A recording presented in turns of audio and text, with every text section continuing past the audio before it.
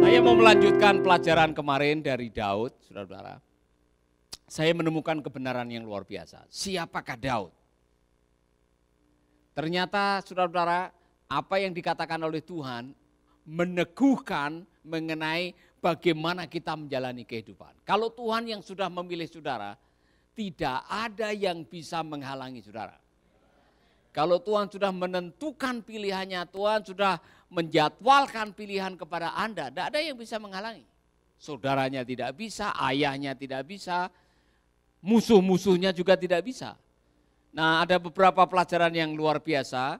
Saya mau menyoroti dari sisi kasih karunia Allah dalam kehidupan Daud. Pelajaran yang pertama.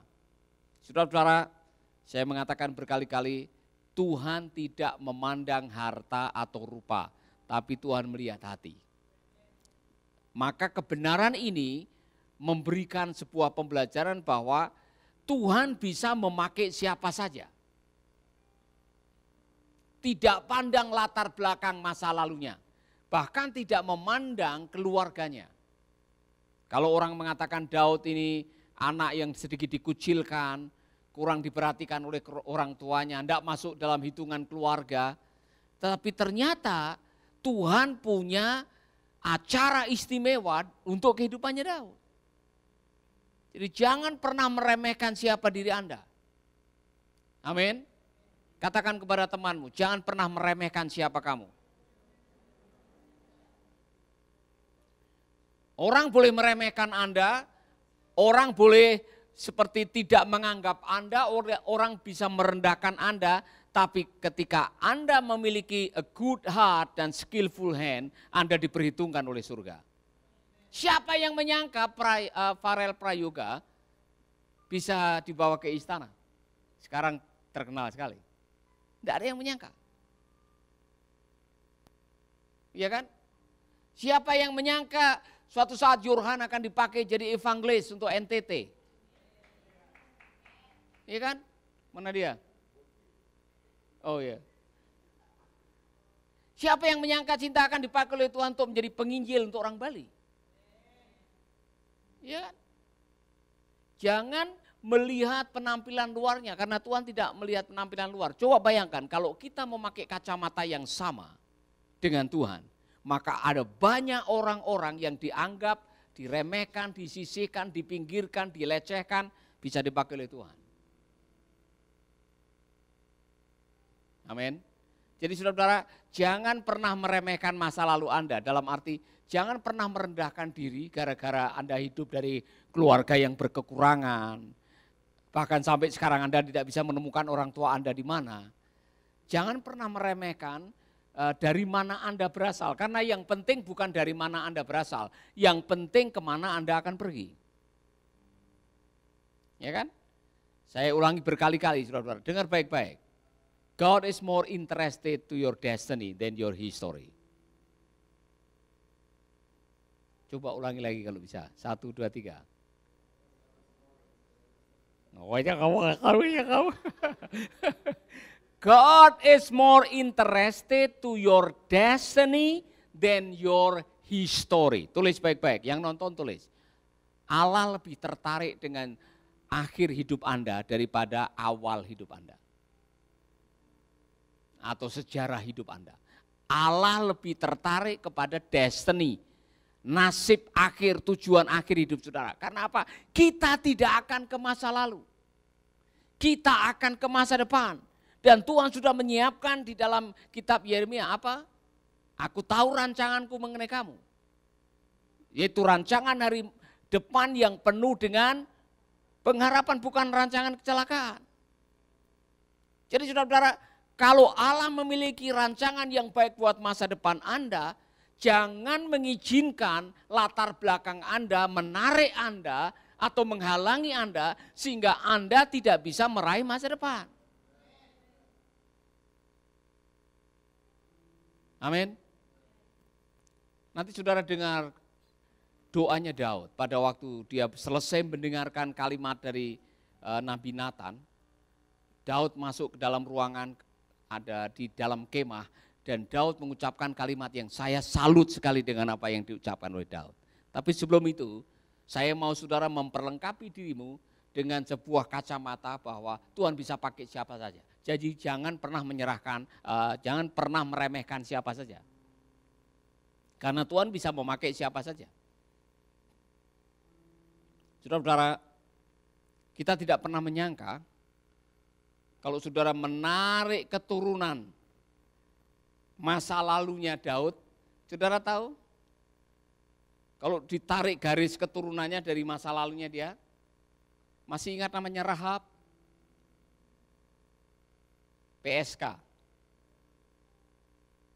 yang menyelamatkan pengintai. Kalau saudara melihat masa lalunya, saudara tidak pernah menyangka bahwa kalau ditelusuri oyangnya Daud, itu ada yang jadi PSK. Terus ditelusuri lagi, saudara akan menemukan orang yang namanya Ruth dan Boas. Jadi saudara, kalau saudara melihat masa lalu saudara, saudara bisa down kadang-kadang. Saudara bisa menyesal, saudara bisa, aduh saya tidak punya ayah, saya tidak punya mama. Saudara nyanyi ke sana kemari, Mama, Papa, Beta di mana? Mama, Papa, Beta siapa? Ada lagunya tuh. Waktu saya di Ambon itu ada lagu ya. Tahu nggak yang dari Ambon tuh? Kalau saya di Jawa ada lagunya, Aku anak siapa?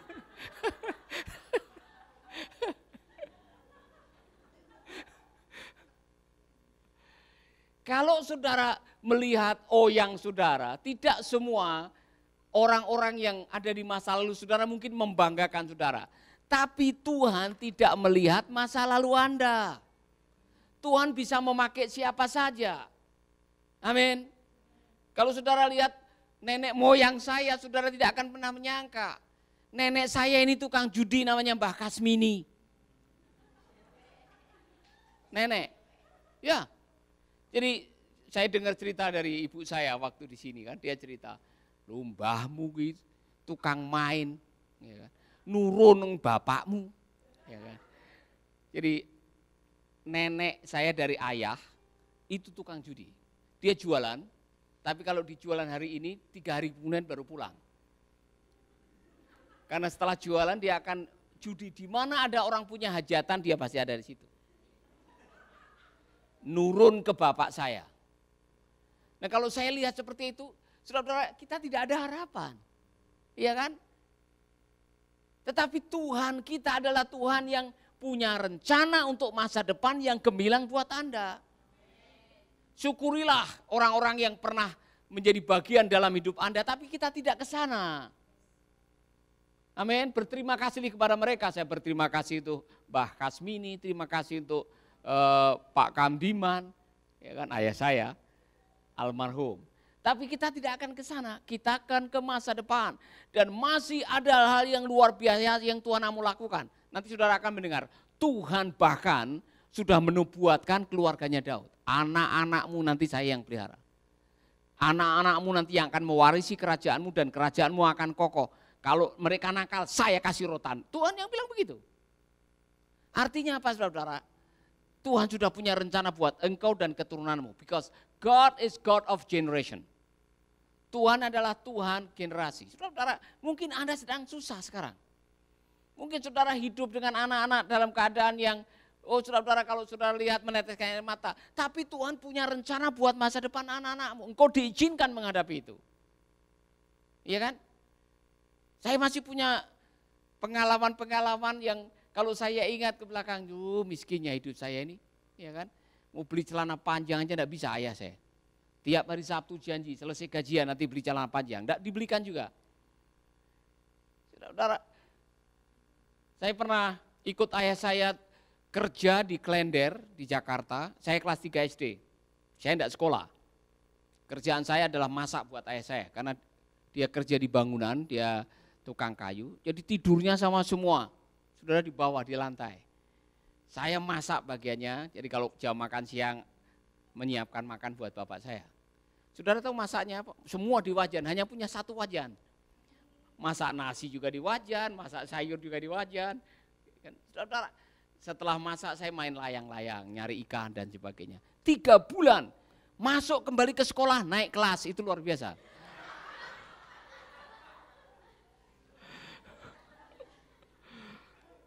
Ada orang absen 3 bulan, pulang masih bisa naik kelas. Ya. Kasih karunia Tuhan.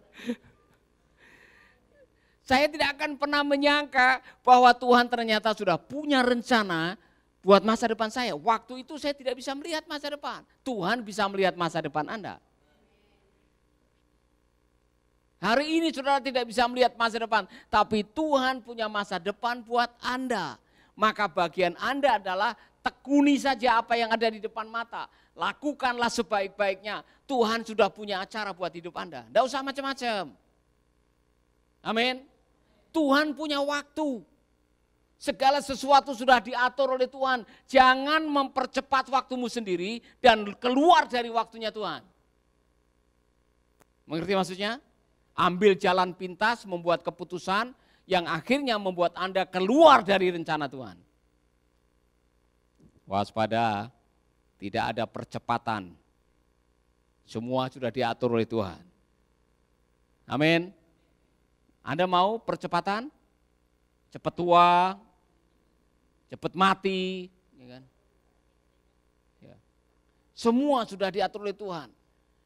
Sekali lagi, kenapa Daud tidak langsung diangkat ke istana waktu selesai diurapi? Semua ada waktunya, semua ada prosesnya. Tidak ada sukses yang diraih dengan kilat. Kemarin kita sudah belajar sebuah kalimat, no pain, no gain. Apa itu? No pain, no gain. Tidak ada mahkota tanpa salib. Tidak ada hadiah tanpa perjuangan dalam hidup ini. Tidak ada yang mudah. Karena apa? Easy come, easy go. Semua yang datang yang dengan mudah, keluarnya larinya juga mudah. Tapi sesuatu yang didapatkan dengan perjuangan tidak akan pernah mudah untuk Anda lepaskan. Amin. Makanya kalau dapat jodoh itu berjuang. Supaya tidak mudah dilepas. Iya kan? Saudara minta jodoh langsung datang ke dukun, Tuhan jatuhkanlah jodohku dari langit. Semua yang datang dengan mudah akan pergi dengan mudah. Mengapa Daud harus diproses bertahun-tahun untuk menduduki istana? Karena dia harus melewati prosesnya. Dan saudara bisa melihat, akhirnya berjalan dengan luar biasa. Kembali kepada tadi. Tuhan tidak memandang rupa, Tuhan tidak memandang harta, Tuhan melihat hatimu. Dan kalau Tuhan sudah merencanakan sesuatu, tidak ada tangan yang bisa membatalkannya. Amin. Semua ada prosesnya. Pelajaran yang kedua, diperlukan Samuel. Saya ulangi lagi, diperlukan ketaatan seorang Samuel untuk mengurapi seorang anak gembala atau seorang gembala Daud sampai kepada istana. Dengan kata lain saudara, Tuhan sudah menyiapkan orang yang akan menolong Anda untuk mencapai titik maksimal dalam hidup Anda. Jangan pernah melupakan orang itu.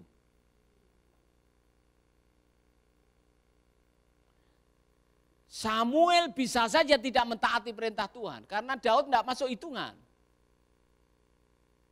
Apa yang terjadi pada waktu anak pertama, anak kedua, anak ketiga muncul di hadapan Samuel? Samuel sudah putuskan, ini dia. Gagah, ganteng, perawakannya atletis, ini dia. Tuhan bilang jangan.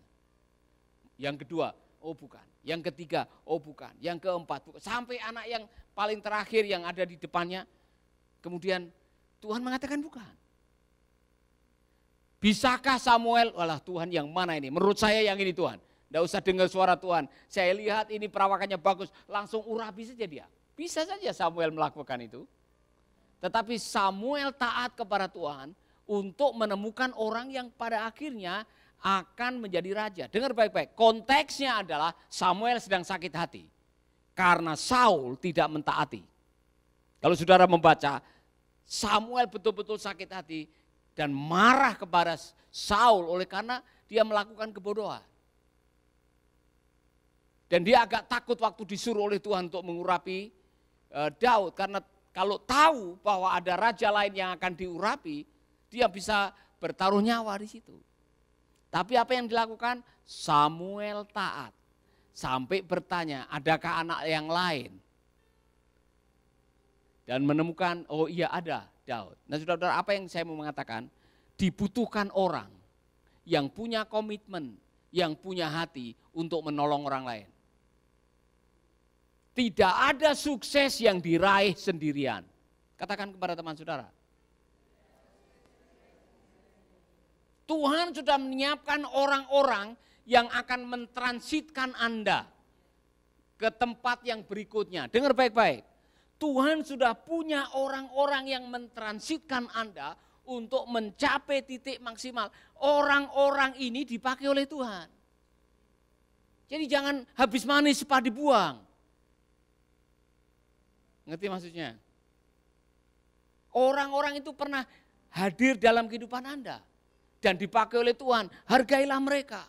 Makanya saya berterima kasih kepada Pak Rich Whitmer. Saudara tahu, waktu saya kena kanker, Rich Whitmer terbang dari Arizona menuju ke Singapura 24 jam, duduk 3 hari dengan saya di rumah sakit hanya untuk menemani Pak Rich. Maka saya tidak akan pernah melupakan. Dia tinggalkan envelope tebal isi dolar waktu itu untuk saya bisa makan dan sebagainya. Dia datang, dia saudara dari Amerika. Saya tunggu yang dari Bali, tidak ada yang datang.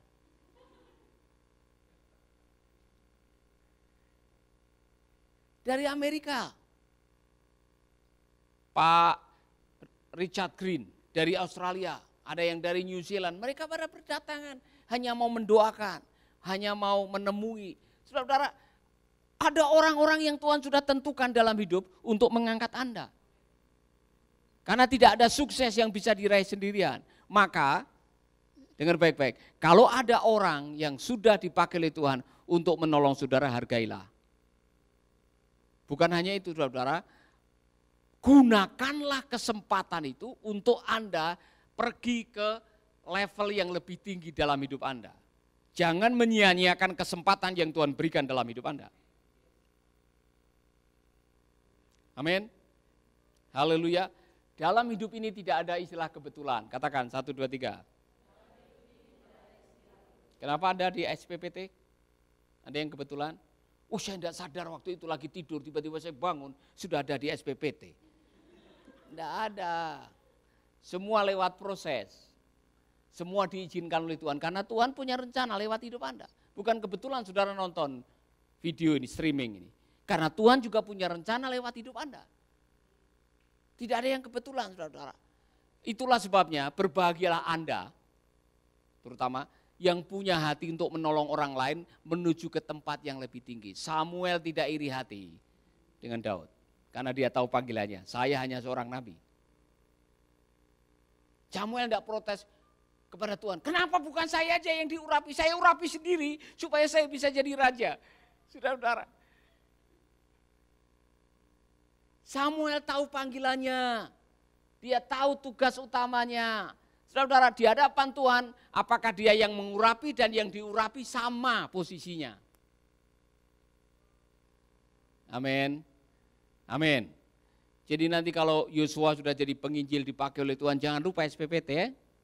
Sekali-sekali kirim perpuluhan ke SPPT. Yang dari kalian semua nanti suatu saat dipakai oleh Tuhan, ya kan, Juwita jadi istri hamba Tuhan misalkan. Jangan lupa kirim perpuluhan sekali-sekali ke SPPT. Amin. Haleluya. SPPT pernah menjadi tempat transit di mana Anda dipakai oleh Tuhan. Dan ada orang-orang yang dipakai oleh Tuhan untuk menolong Anda. Amin. Tidak ada sukses yang diraih sendirian. Nah, mari kita akan melihat sekarang kata-kata Daud. Saya suka sekali kata-kata Daud. Masih kembali kepada 2 Samuel pasal yang ke-7.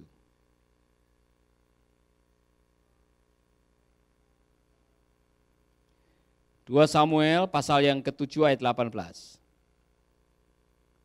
Lalu masuklah Raja Daud ke dalam kemah. Setelah dia dengar kata-kata dari Nabi Nathan, bahwa Tuhan akan pelihara, Tuhan yang memindahkan kamu dari padang rumput ke istana, Tuhan yang sudah melenyapkan nyawat musuh-musuhmu, Tuhan yang membuat namamu jadi besar, Tuhan yang akan pelihara keluargamu. Ini komentar atau respon otomatis dari Daud. Ya Tuhan yang maha tinggi, aku dan keluargaku tidak layak menerima segala kebaikan yang kau tunjukkan kepadaku selama ini. Bahkan engkau berbuat lebih dari itu. Ya Tuhan yang maha tinggi, engkau telah membuat janji mengenai keturunanku untuk masa yang akan datang. Dan kau perlihatkan hal itu kepadaku. Meskipun aku hanya manusia. Ya Tuhan yang maha tinggi, apalagi yang dapat kukatakan kepadamu? Engkau mengetahui segalanya tentang hamba-Mu ini. Demi janji-Mu dan atas kemauan-Mu sendiri, engkau melakukan perbuatan-perbuatan besar itu untuk mengajar hamba-Mu ini. Engkau sungguh besar ya Tuhan Allah, hanya Engkaulah Allah, tidak ada yang sama dengan Engkau. Saudara-saudara, ada satu kalimat, aku tidak layak. Luar biasa. Daud mengatakan, ya Tuhan, aku tidak layak. Sampai di titik itu, apa yang terjadi saudara-saudara? Daud sudah ada di puncak. Dia diangkat menjadi raja. Dia sudah menjadi raja. Walaupun untuk orang-orang Yehuda. Tapi di titik itu, Daud menyadari, saya tidak layak. Artinya apa? Ini semua karena kasih karunia Tuhan. Saudara baca terus kalimat doanya, ucapan syukurnya Daud. Daud melihat pengalaman hidupnya semua karena kebesaran Tuhan. Apa yang saya mau mengatakan kepada Anda, jangan pernah lupa bahwa semua yang terjadi, kalau Tuhan suatu saat membawa saudara kepada pengalaman-pengalaman yang baru dalam hidup saudara, saudara diangkat dari padang rumput ke istana, jangan lupa bahwa itu karya Tuhan. Dan itu terjadi karena kasih karunia Tuhan. Maka cara terbaik untuk menjaga supaya Tuhan tetap memakai Anda, perlakukan dirimu tidak layak di hadapan Tuhan. Karena ketika Anda merasa layak, Anda akan dianggap tidak layak. Jadi cara yang terbaik untuk dilayakkan oleh Tuhan adalah perlakukan dirimu, engkau sebetulnya tidak layak. Jangan bingung. Bagaimana cara terbaik saudara bisa merasa layak? Bagaimana cara terbaik engkau bisa dilayakkan oleh Tuhan? Tiap hari merasa tidak layak. Artinya semua ini karena kasih karunia. Dengan kata lain, jangan pernah sombong karena sudah menjadi raja. Oh, Raja Daud. Daud tidak berlaku seperti ini, saudara-saudara. Beda dengan yang pendahulunya. Beda sekali dengan pendahulunya. Daud merasakan bahwa semua yang dia miliki, dia alami, dia terima, semua karena kebesaran Tuhan. Jadi Daud sebetulnya waktu itu sudah menciptakan lagu. Semua karena anugerahnya, cuman belum dinyanyikan waktu itu. Jadi ada yang menyanyikan setelah itu. Artinya apa saudara-saudara? Jangan sombong. Amin. Jangan sombong. Baru dapat gelar S1 sudah sombongnya bukan main. Kalau jalan seolah-olah tidak menapak tanah atau tidak menginjak tanah. Ya kan? Kepalanya tidak bisa tunduk lagi gara-gara S1. Ya kan? Apalagi S2. Kalau S1 aja udah begini, S2 begini. Hati-hati, saudara. Saudara tidak pernah lihat ke bawah, lihat ke atas terus, ya kan? Waspadai kesombongan dalam hidup Anda. Karena ketika Anda sombong, Anda menganggap layak, disitulah Anda dianggap tidak layak. Itu poinnya. Artinya apa? Kalau ingin menjaga dalam kehidupan Anda yang namanya sukses, berhasil, prestasi, terus berlaku rendah hati di hadapan Tuhan. Karena Tuhanlah yang meninggikan orang yang rendah hati. Ketika Anda mulai tinggi hati, Anda akan direndahkan oleh Tuhan. Caranya macam-macam. Dijebloskan ke penjara, hukuman seumur hidup. Karena kesombongan. Atau saudara memperlakukan orang lain dengan tidak baik karena mengandalkan pangkat, kedudukan, jabatan sehingga engkau memperlakukan orang lain dengan cara yang tidak baik, engkau akan berurusan dengan Tuhan. Karena di hadapan Tuhan semua sama. Ingat baik-baik, Tuhan yang mengangkat, Tuhan yang merendahkan. Maka pesan dari firman Tuhan adalah jaga hati. Kalau nanti dipakai oleh Tuhan, ingat baik-baik, semua karena anugerahnya. Amin. Ingat pesan ini ya saudara-saudara ya. Nanti kalau sudah dipakai oleh Tuhan, melayani di mana saudara berhasil, jangan pernah lupa kasih karunia Tuhan. Saya ingat ada satu hamba Tuhan yang waktu tamat dari STT Satya Bakti, saya ada kesempatan ada sekolah di Singapura yang cari siswa dari Indonesia. Pak Paulus, ada enggak siswa yang bisa Bapak kirim ke Singapura? Ada beasiswa. Saya ketemu ada satu anak murid saya bilang, kamu mau enggak melanjutkan sekolah di Singapura? Dia mau, saya kirim. Sekarang dia jadi hamba Tuhan yang besar dan dia tidak pernah lupa. Dia mengatakan, saya bisa begini karena Bapak punya andil dalam hidup saya. Dan dia rendah hati, sekarang membalakan 2 jemaat yang besar sekali, di Samarinda sama di Jakarta. Saudara-saudara, saya masih ingat pada waktu ada gereja di Hong Kong minta misionari dari Indonesia, saya cari-cari teman siapa yang mau ke sana. Saya ketemu seorang, mau enggak kamu jadi misionari ke Hong Kong? Dan waktu dia menjadi gembala sidang di Hong Kong yang besar, berkali-kali dia undang. Saudara-saudara, bahkan saya masih ingat ada Natalan TKW se-Hong Kong karena dari Indonesia. Dia ingat, Pak mau khotbah, bisa khotbah melayani Natal TKW yang dilaksanakan oleh Konsulat Jenderal. Saudara-saudara, ada orang-orang yang dia menyadari bahwa apa yang dia alami tidak lepas dari orang-orang yang Tuhan kirim dalam hidupnya dan menjaga hati supaya tidak sombong. Jangan sombong.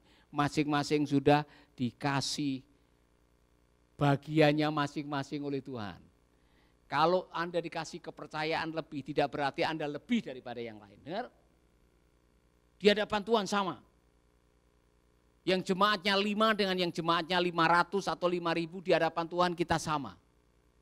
Dan jangan pernah minder gara-gara ketemu dengan orang yang jemaatnya lebih. Di hadapan Tuhan kita sama. Yang punya 3 talenta, punya 2 talenta, punya 1 talenta sama. Yang penting maksimal. Amin. Haleluya. Amin, saudara. Bilang sama teman saudara, jangan sombong.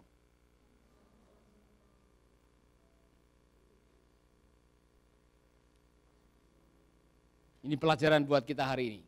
Dan saudara-saudara, nanti saudara melihat dari Mazmurnya Daud.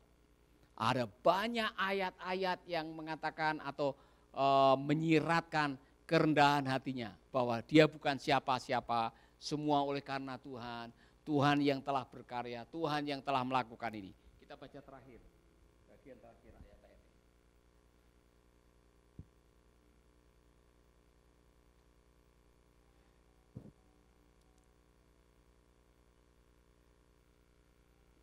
Di seluruh bumi tidak ada bangsa seperti Israel. Israel satu-satunya bangsa yang telah kau bebaskan dari perbudakan untuk menjadi umatmu sendiri. Segala perbuatan besar dan ajaib yang kau lakukan bagi mereka membuat namamu termasyhur di seluruh dunia. Bangsa-bangsa lain beserta dewa-dewa mereka telah kau usir. Pada waktu umatmu maju bertempur, bangsa Israel telah kau jadikan umatmu sendiri untuk selama-lamanya. Dan engkau ya Tuhan menjadi Allah mereka. Ada kalimat di sini yang bagus sekali saudara. Bagus, saudara perhatikan baik-baik bahwa segala perbuatan besar dan ajaib yang kau lakukan bagi mereka membuat namamu termasyhur. Ingat, kalau Tuhan melakukan sesuatu, mengangkat engkau, menjadikan engkau orang besar, jangan pernah lupa, itu diberikan kepada Anda untuk membesarkan nama Tuhan. Bukan untuk membesarkan nama kita. Daud menyadari bahwa semua yang diperlakukan Allah kepada mereka bukan untuk membesarkan kepalanya Daud. Tapi supaya umat Israel pada akhirnya menyadari semua ini perbuatan Tuhan yang besar. Amin. Jadi kemarin sudah mulai bersaksi, hari ini bersaksi lagi. Kalau Tuhan pakai kalian mendoakan orang dan orang itu disembuhkan, jangan cepat-cepat ganti kartu nama ya.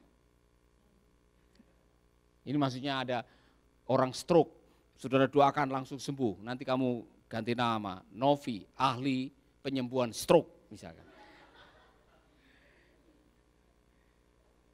Kamu hanya dipakai oleh Tuhan, iya kan?